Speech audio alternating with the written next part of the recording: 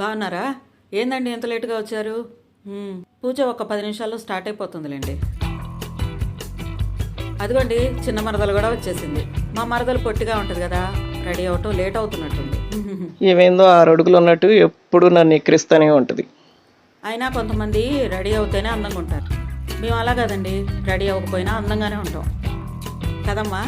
లేకపోతే మాకంటే బాగా రెడీ అయ్యి వచ్చుద్దాం. మొన్న మీ ఇంటికి వచ్చినప్పుడు చూశాను వదిన, ఒక ర్యాక్ నిండా కాస్మెటిక్స్ ఉన్నాయి. దీని సంగతి చెప్తా. మొన్న బ్రెడ్ హల్వా పెట్టావమ్మాయి. మీ అన్నయ్య గారికి నువ్వు పెట్టిన బ్రెడ్ హల్వా తినగానే జ్వరం వచ్చేసింది. అదేందో మరి అర్థం కాల. నాతో ఇప్పుడే భోజనం చేసి వచ్చానమ్మా అన్నారు. అయినా నువ్వు వంట బాగా చేసావో లేదో వదిన ఆ రోజు. మీ సంగతి మీరెన్నైనా చెప్పండి. మా పెద్ద మరదలు వాళ్ళ అమ్మోళ్ళు ఎంత పద్ధతిగా ఉంటారో, మా పెద్ద మరదలు ఎంత అందంగా ఉంటుందో, మా పెద్ద మరదలు ఎంత చక్కగా పనిచేసిద్దో, మా పెద్ద మరదలు ఎంత వినయంగా ఉంటుందో.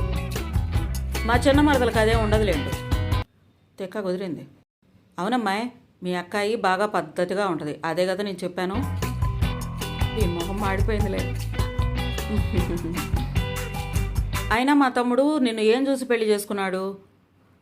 మా తమ్ముడికి కన్నుగొట్టి పెళ్లి చేసుకున్నావు కదా, లేకపోతే నిన్ను చూసి నిన్నే చేసుకుంటా అన్నాడు.